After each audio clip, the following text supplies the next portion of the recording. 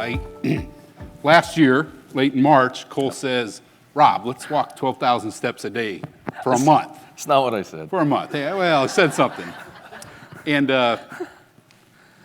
I get a little fanatical about things sometimes, a little bit. And so I've been walking 12,000 steps a day, every day, since April 1 last year. I told him a month later I'm down to 8. Yeah, that's right. Yeah. 1,000. Yeah. So this morning, I'm going to try to get my steps in, but boot camp is early, so I'm up. And anybody done boot camp with the boot campers? It's tough. And so I'm near the boot camp, and I'm walking. They're doing some strange exercise, so I look over. I didn't participate in boot camp. Of course not. Yeah. And I strained my back a little bit, so I almost got my steps in. James started yesterday. James, I liked it, and you said it came from Rob Artis. 3 things: inspire, network, learn. And the inspiration people were great. I'm not going to fill that one. I networked. I got to play golf with some great people. But this is learn for me. I am Rob Hochsteteler. I'm the CEO of Central Electric. And my goal, I think our goal, is to tell you a little bit about what Central does. But I want to take time to lay the foundation. And Jim Newsom actually stole some of my thunder. But let me weave a story for you, if you'll let me. And I'm going to start with James' annual report. And I noticed not many people brought it back with him, but that's okay. James, page 4 and 5. That's okay, I'm going to tell you. No, open it, James. Yeah. But James, that's okay. 4 and 5 has 2 years. And James, you always use these 2 years. You don't need it. 4 and 5. 1988 and 2014. Yep. I think, is it 88 or 89? 88. 88. James, flip your mic on. Tell them why you choose those 2 years. Why is it 88 and 14? Is this on? Okay. So we were founded in 1988. We have tracked capital investment, jobs, electric load in our system since 1988. Angela's the point person on that for our team. I don't need it for a while. Up until 2013, we had basically a program of work. But in 2014, when I came in here, we were charged with building a strategic blueprint. So 2014 is a kind of a marker for us where all those cooperative resources came to the table and allowed us as a collective to do what we do and have been wildly successful. Yeah. Crud. I thought that's because that was the year I was hired. I kid. And I'm not very good. Cole is the comic. I'm the straight man. No. James, I think to your point, James came in, and James, you were actually hired in 13, is that right? 13. Goes and visits everyone. You've heard the story if you've talked to James. But in 14, he rolls out a plan. And I get here about the time the plan is starting. And in 2014 was a watershed moment in that VC summer is still going. The forecast of power use in South Carolina when they planned that unit was growing like crazy. But then home appliances became much more efficient. And the growth of electricity shrunk. And so, James, your marching orders were get projects, right? Electricity. And so we wanted to help. And to me, that first piece, part of weaving this story, is that our forecasts matter. And the forecasting that we do matters because we don't want to overbuild and we don't want to underbuild. And James has been crazy successful. 2017, another watershed moment. The partnership with Santee Cooper and the co-ops in economic development, to me, wasn't going poorly. James was doing great. His team was doing great. But we now had the upstate co-ops. And it was really the co-ops decided, let's bring it back home, I think is the way you phrased it. So another watershed moment. But as I'm part of that, one of the things I come to realize is James is pretty awesome at his job. And I know only what James is willing to tell me about economic development. And so off to Clemson I go, and I'm going to study rural economic development in their public administration group area. And just try, what is the foundation? How is rural economic development successful? And I start learning things. And actually, Jim Newsom mentioned one of the people that was, kind of this watershed moment. And if you walk through kind of modern economic development theory, it starts with Adam Smith. I'm going to guess many of you know who Adam Smith is. You may not know how far back that goes, 1776. So same time as our revolution. And Adam Smith comes out with the idea that if you've got labor, you've got people with money, so you've got capital, and you've got a free market, you're going to see economic development growth. And that's pretty good. You need those things. But that's not all you need. So the next person that comes out, just a few years later, Thomas Malthus comes out and says, yeah, but your economy grows as your population grows, so it's really labor. It's just, do you have enough people? If you've got people, your economy is going to grow. The next big one is this David Ricardo, and that's who Jim Newsom said that's who he likes. That's going all the way back to 1817. Now, Jim said he was a Tennessee grad, but I don't know that he went back that far. But Ricardo said growth is driven by specialization. So trade, and you've got to be specialized. So yeah, Adam Smith was right, Malthus was right, but Ricardo is the man. If you've got to specialize, do what you can do best. And the next person is one we've kind of poo-pooed, and that was Karl Marx. Karl Marx comes out and says, capitalism is great, what all those people said are great, except it's unsustainable because the classes will start to fight. And so we get Marxism. And so let's throw that one off to the side. Next, around World War II, and it gets caught in the middle, there's the Herredomar, so 3946, this couple of gentlemen say, no, it's savings. You've got to have people with capital, and it's the common person. If they've got savings and they can invest, then you're going to see economic growth. 1956, this to me was what David just talked about. Sol Swan comes along and says, no, it's all technology. And if you don't have technology included with all those other things, you're going to be okay, but new technology, new growth. So AI could be an economic forerunner. And so I'm at Clemson, and I'm thinking, yeah, those are all good, but that's all macro. What's the micro? So I'm not satisfied, and I'm digging, and I'm watching James and his team be successful. And there's a theory that it's named, but it's not been named, and as far as economics go, it's still relatively new. And so some of you may have heard of it, maybe not. Institutional economics or endogenous growth theory. Endogenous growth theory. Anybody? Experts? Anybody? Oh, Mike. Mike Fuller. Mike Yeah, Mike likes school as much as I do, so that's kind of nice. Endogenous growth theory gets a little bit more micro and says all those things that I just talked about are great and they matter. But as my father used to say, it only works if someone gives a damn.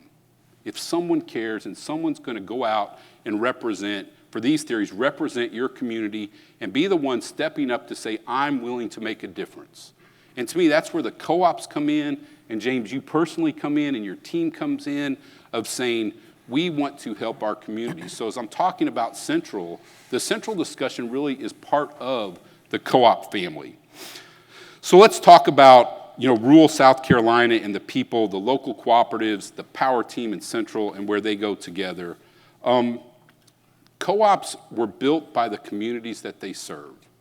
So the co-ops are their communities. And I assume everyone in this room knows, but I'm always surprised how many people don't know that co-ops are, quote unquote, owned by the people they serve. We call them consumer members, you can call them members.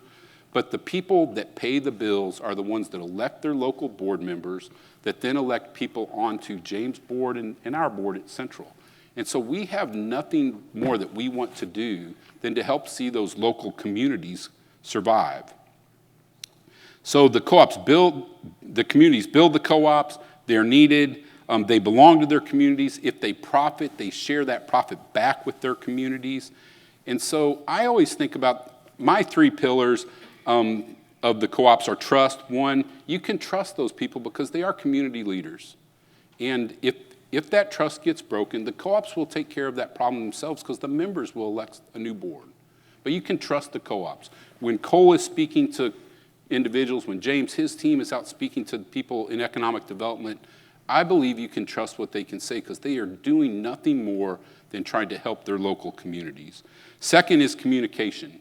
They want to communicate openly and honestly with people that are doing economic development because communication is transparency.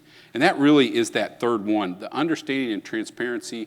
We want to make sure that those organizations that want to come into our state, that we're welcoming, but they understand the situation that we're in. So co-ops back in the 30s, 40s, FDR are growing. They decide they need to partner together to buy their power to gain scale. and so that they can compete with any investor-owned utility, anyone, and co-ops across the country are doing these things, working together to develop new technologies and infrastructure. They learn from one another to keep their grid reliable and secure. They get their power together through organizations like Central Electric. South Carolina is interesting in that, as far as I know, there are only 2 states that own their power company. South Carolina and New York has a New York power company that is owned by the state. And so Central doesn't operate power plants, but all across the country, co-ops do operate power plants. What Central does is we work with Santee Cooper on one hand. We're their biggest customer. We work with Duke Energy Carolinas. Duke Energy Carolinas, we're their biggest customer. And so we're doing contracts, but we're forecasting the needs of what we need to tell them what they need, and we're branching out. We're increasing our portfolio to make sure that we're helping keep cost affordable. And so with that, Cole, that's where Central comes in. I'm finally going to hit a slide. Awesome. Cole, do I like slides? We have only 9. It's a big surprise. That's right, yeah, that's right. I like slides, but I didn't use too many. So our goal really was this, is if you have nothing else to take away, these were the 3 things I wanted to make sure that you took away, was every load-serving entity, if someone serves a load, the local co-ops, us through them, there is a process to bring significant loads online to make sure that we have the resources to serve them. It used to be when we had plenty of capacity, when we were going to have extra nuclear, the usage in each home was going down. What significant was debated. Now it's anything. If you have anything, 1 megawatt, 2 megawatts, the big giant projects, there is a process that every load-serving entity has. Take time to learn that process and understand it. You can try to skip the process. You can try to call your neighbor and say, can you help? But following the process is the quickest way to get projects online. And that's what Cole, to me, has been very successful, of going out and talking to those potential organizations that want to move into our state, come into co-op territory. Cole is there saying, this is the process, I'll walk with you, and we can get your project done. I think you want to demand competitive energy prices from those that are serving you. That's what we're asking from our suppliers. It's what we ask of ourselves. You can decide what competitive means. I like the word competitive. You can say affordable, low cost. It can get tough, but be competitive. We've got to be competitive. That's what we're demanding of ourselves. And I would tell you one of the things that Cole doesn't say it quite this way. I don't know that I say it quite this way, but I think it wraps it up, is from the South Carolina co-ops, it's never no. If our communities want us to be ready to serve an industry, we want to serve it. It's never no. Right now it's when. When can we have transmission? When can the resources be there? But we try to offer as much flexibility as possible. And I think that flexibility that we've been able to provide, that open and honest discussion, is what's helping us land projects. So here's Central, a little bit about Central. Formed in South Carolina in 1948. Again, FDR signs a law that says let's electrify the rural areas, and they'll start making loans. And so individuals throughout the state, throughout the country, start going around to their neighbors and say, give me $5 and let's form a co-op. And South Carolina is pretty early in that process. They decide to form Central. You might say, some people, I wasn't around then, some people might speculate the investor-owned utilities throughout the country were taking advantage of the co-ops, charging them a high price to resell their power. And so the co-ops start forming generation and transmission cooperatives like Central. But there were some smart people back then and said, wait a second, Santee Cooper seems like they've got extra power now. Why don't you buy some power from them? And yeah, we've loaned you, the federal government has loaned Central money, loaned the local co-ops money to build the transmission system. But Central, if you'll lease that to Santee Cooper to own, no one pays property taxes. That was brilliant. Worked out pretty well. The co-ops paid for the transmission system that Santee Cooper owns. The co-ops pay for 70% of all the power plants that Santee Cooper operates.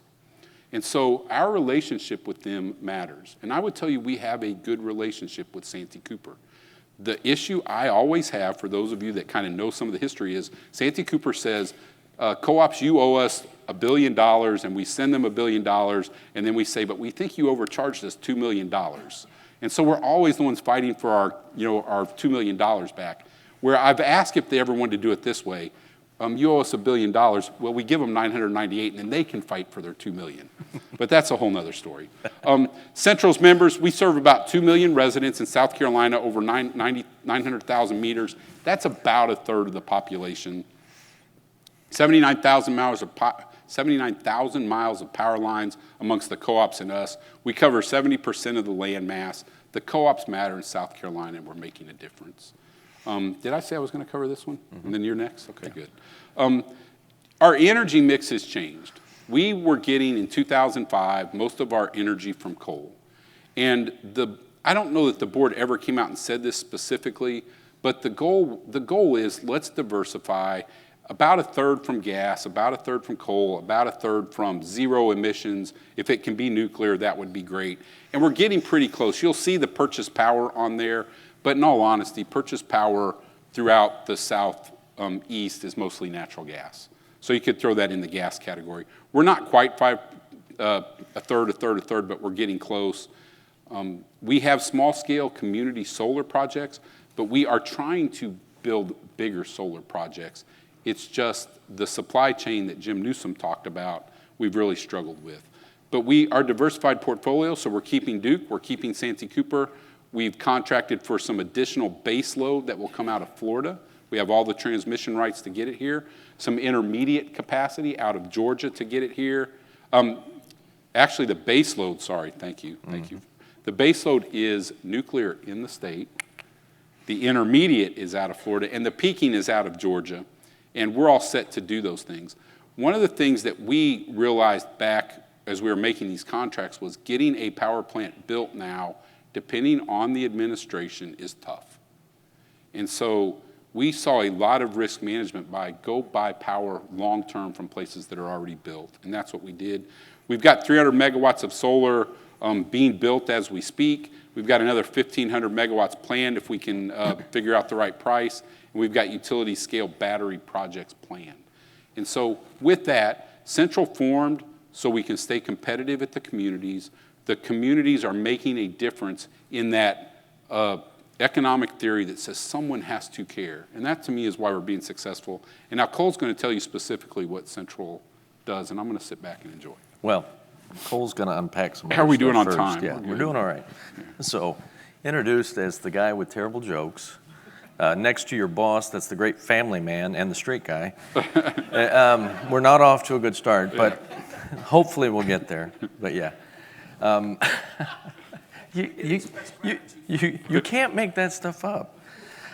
So yeah, no jokes, evidently. So here we go. South Carolina has done a great job, James, the co-ops, everybody, in bringing economic growth here. We're all aware of it. BMW was an anchor. Volvo came in after that. We don't serve BMW, we serve Volvo. We don't serve Scout, but we'll serve Bruce Bacon. I see you right there. He'll serve part of Scout, the suppliers. And we serve a lot of the other suppliers.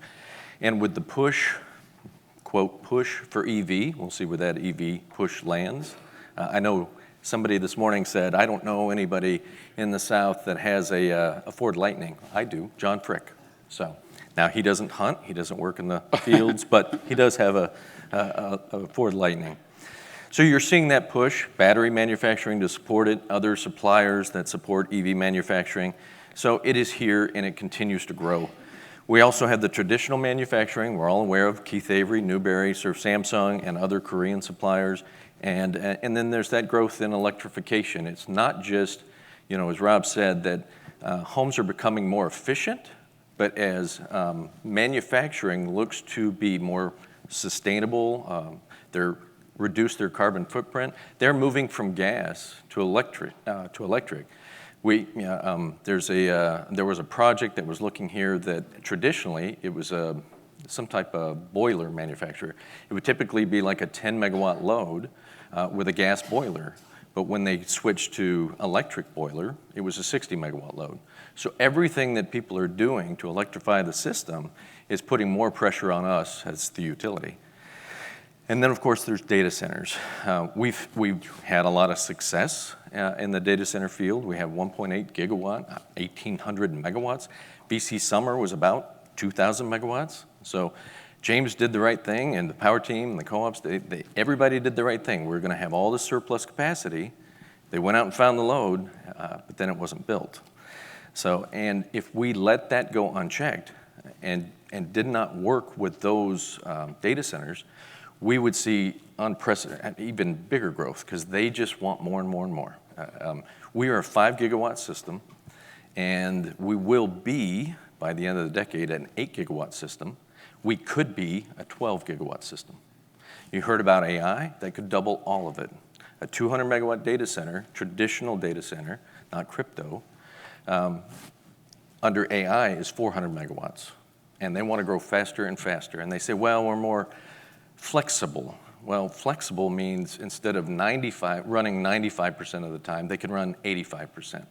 That doesn't mean a lot, especially when you want to serve it by solar or other renewable resources. So everything continues to drive.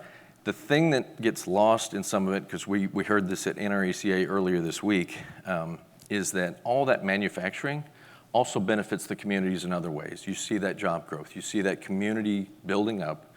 And that's important to the rural areas that we serve, some of the most underserved communities in South Carolina.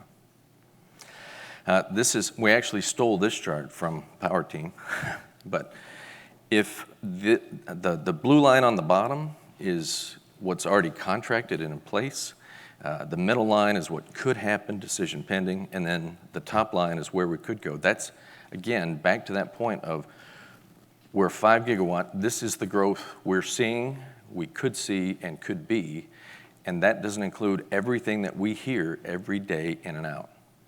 And for those that work in this space, it's most of you, you hear it. Hey, can we get this? Can we get that?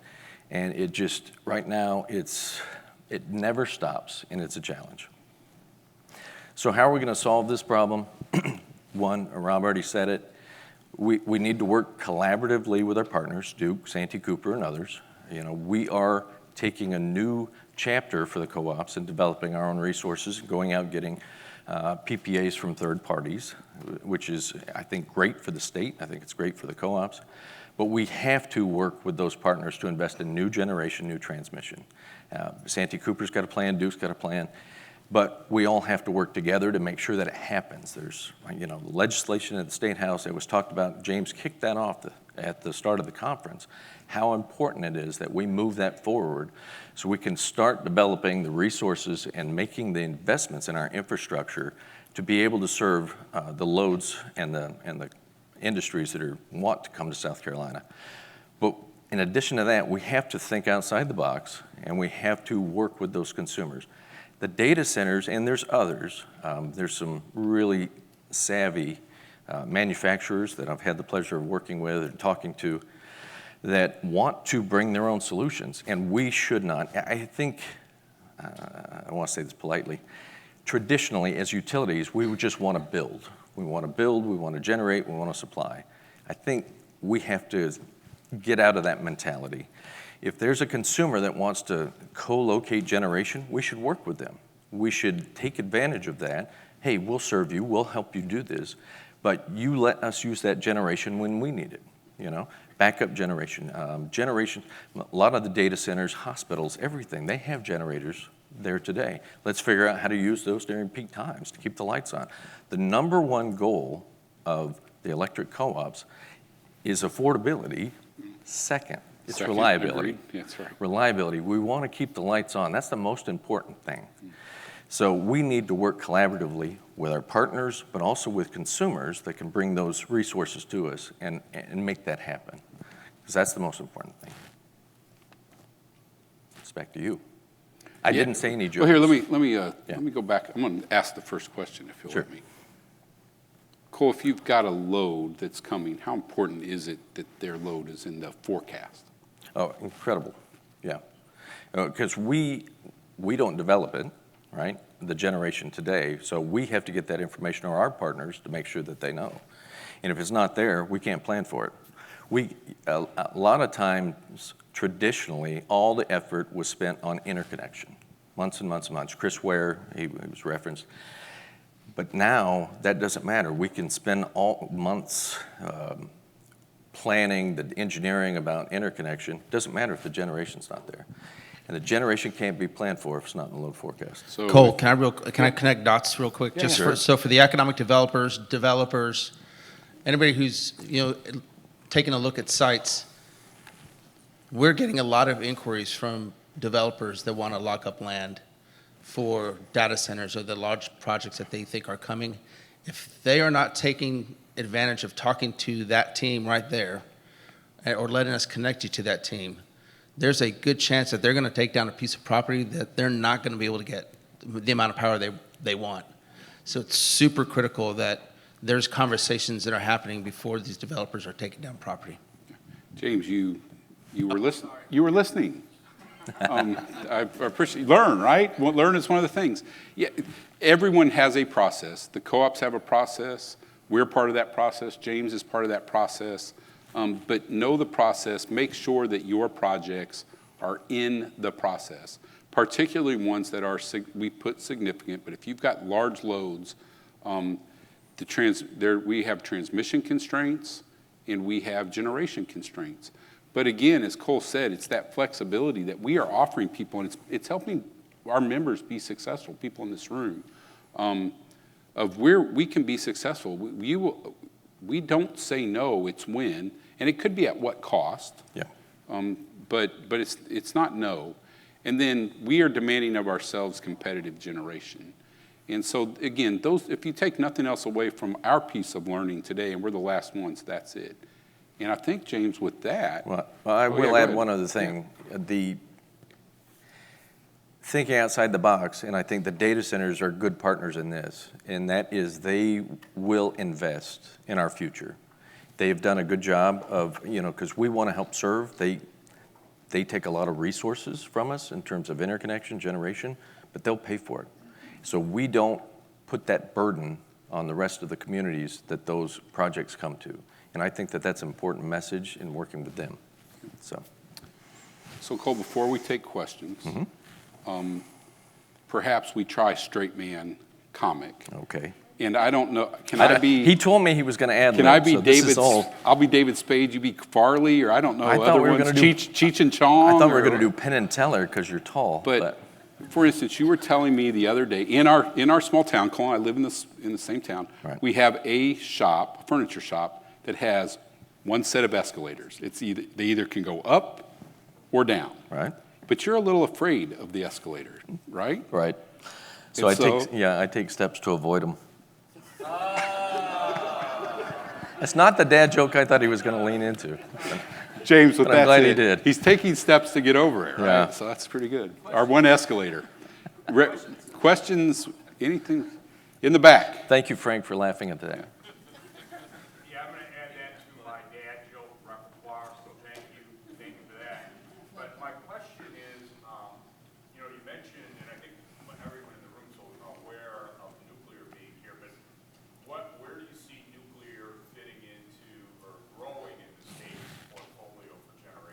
Great question. First of all, I think everyone should, if you don't realize, South Carolina loves nuclear. We have nuclear plants. We make nuclear fuel. We've got the Savannah River site. We could go on and on about what happened at VC Summer. There's some hope that it gets finished. Nuclear will play a part in the whole economy. South Carolina, I think at some point will welcome it. Duke Energy maybe is big enough, maybe is big enough to do it on their own.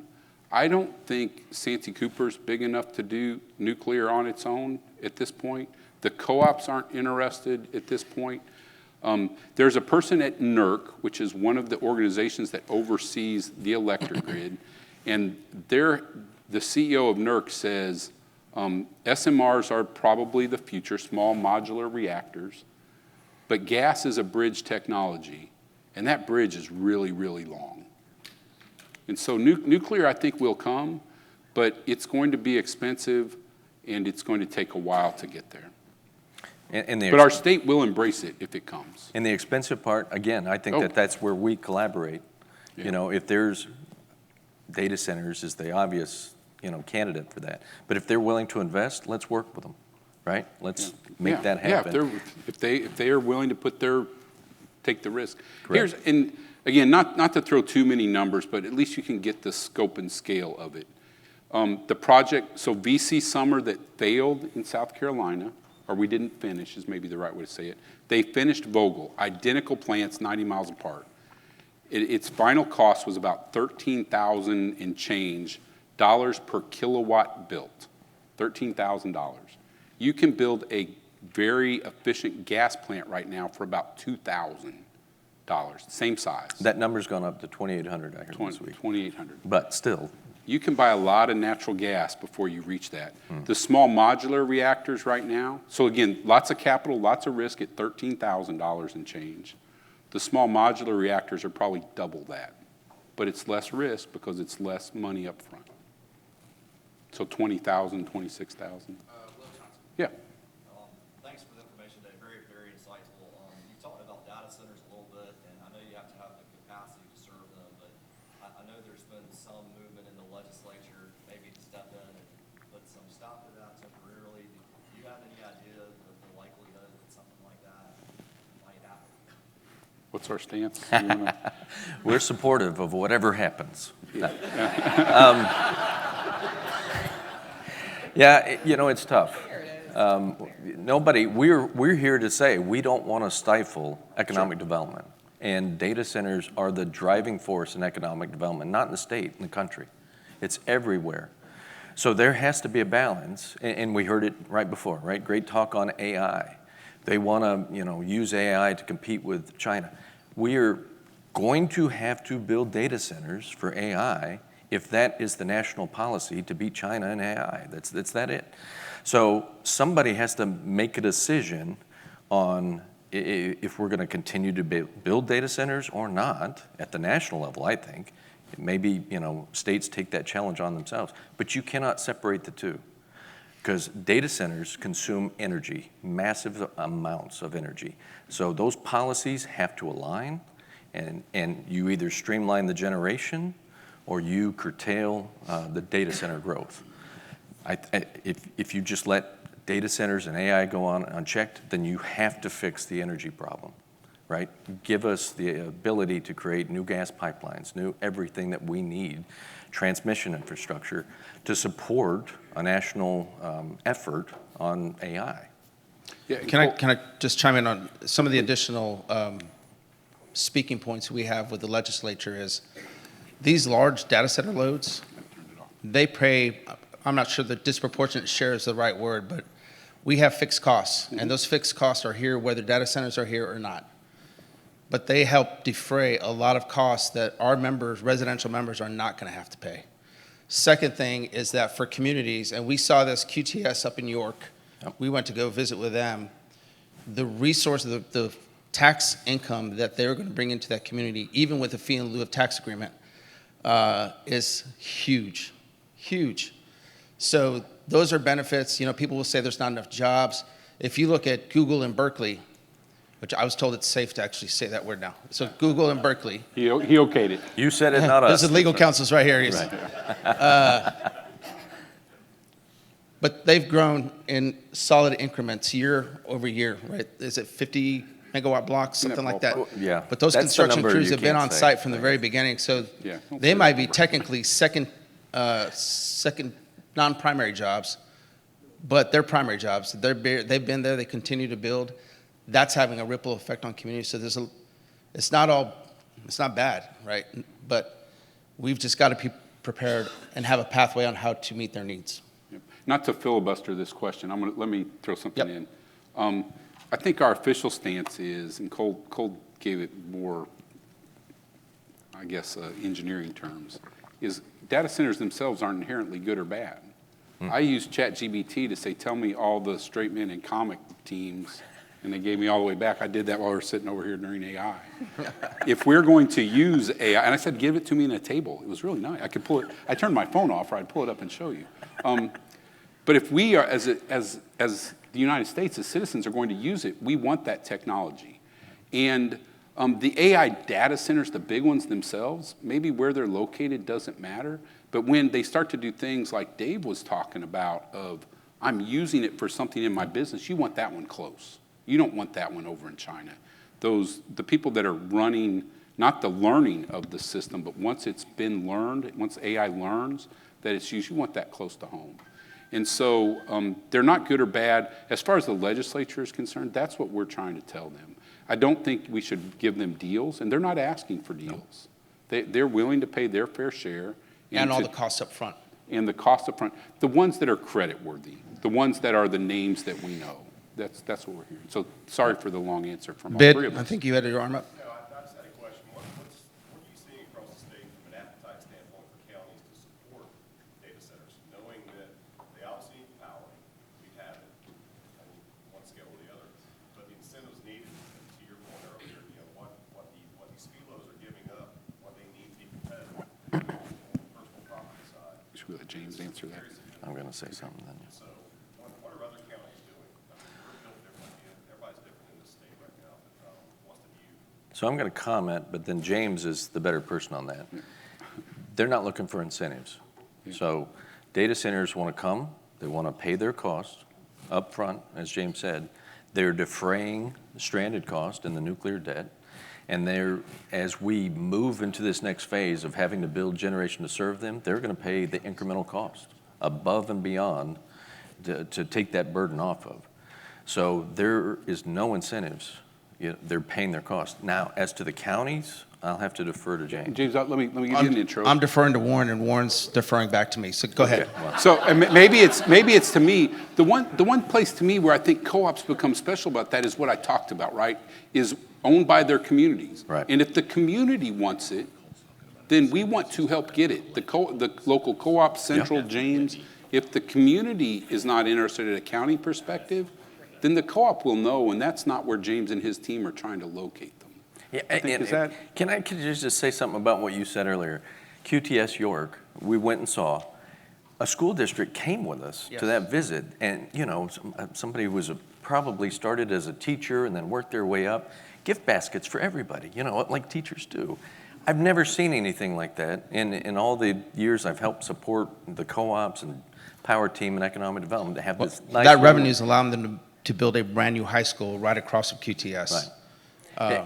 And ask Mike Fuller what Google has done to the community in his area. I mean, afterwards. And actually stay away from Mike Fuller. He'll get you in trouble. So I told you. James, did you have something you want to add? Or I was asked to make a clarification. So when you said incentives, well, we're talking about incentivized rate. We're not we're not incentivizing from a rate standpoint any of these projects. In fact, we're not even putting cash into them. Correct. I think we're on counties. Depends. There's a handful of counties around our state that are pushing back on a lot, but there are, I think, more that are willing to take this kind of project. And we're at full employment, right? Why are we worried about the jobs that are associated with it? They're high-paying jobs. It may be not a lot, but nobody's sitting on 20% unemployment rate. And by the way, you wouldn't be trying to hire people that are unemployed. So, other questions? Tommy T. So given the supply and demand, the criticality right now of data centers, can you talk a little about the permitting and construction of natural gas-fired turbines, substations to augment? Sure. And the land that it takes to. Yeah. So when we talk about land, we talk about energy density. How much power can I get out of this acre of land? Nothing is more energy dense than nuclear. Next is gas and coal. Solar and wind are way, way off on the tail end. You can get a permit I believe in South Carolina to build a gas line. You can get a permit to build a plant. It's really been the intrastate, the stuff outside, that's going between states, that it's the federal level. Right now, what's holding up Dominion and Santee Cooper from being able to build a plant is Santee Cooper needs a law passed that says they can build a plant with an investor-owned utility, with Dominion Energy. And the reason that they are trying to get that, we're supportive, is that economies of scale. And really, that's been something that we've done in this industry is, hey, you need 300 megawatts, we need 400, you need 500. Let's build one plant together so we can build a large plant but spread the risk. And so it can be done. It takes time. The question is how long. When I started, it was 4.5 years. You could, if you wanted to plant, 4.5 years. Then it was 5. Then it was 6. Is it 7, 8 now? Can you get the parts? It's more can the supply chain. Can you get the pieces and parts to get it built? But we have the natural gas. I mean, we there for a while, we were the biggest oil-producing country in the world. And real close on natural gas. We have the energy, we just have to get it where it's needed. Right. But it can be done, it just takes a little bit longer now.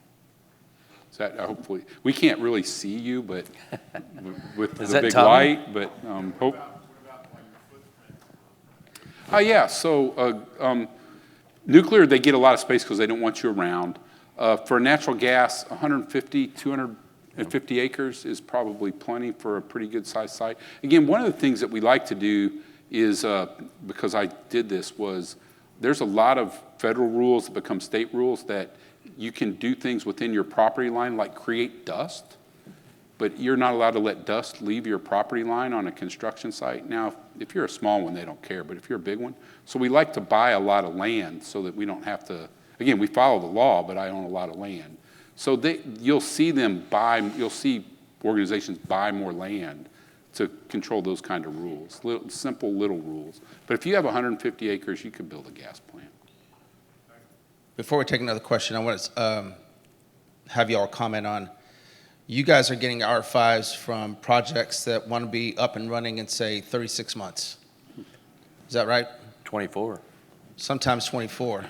So can you guys comment on, contrast that requirement with transformer lead times, transmission upgrades, all that sort of studies? Yeah, well, it's 60 to 90 days for the studies. I mean, that's just what it takes. But lead times on transformers, they've come down. Larger projects require 230 kV breakers. Those have been extended. I think we're at 50 weeks on transformers, 52 weeks on transformers, large power transformers. And I think large breakers are out in the 70-week time frame, and there's a queue. So if you know that project's going to land, you have to get into that queue. The co-ops will work together. I've seen it this week. If somebody needed a transformer, somebody had one, we can do that. But, you know, it's a risk. What else did you say? Studies, transmission upgrades. 60 to 90 days on the studies. I mean, you're really going to look at 6 months of negotiation, the studies, everything, before you can start the process.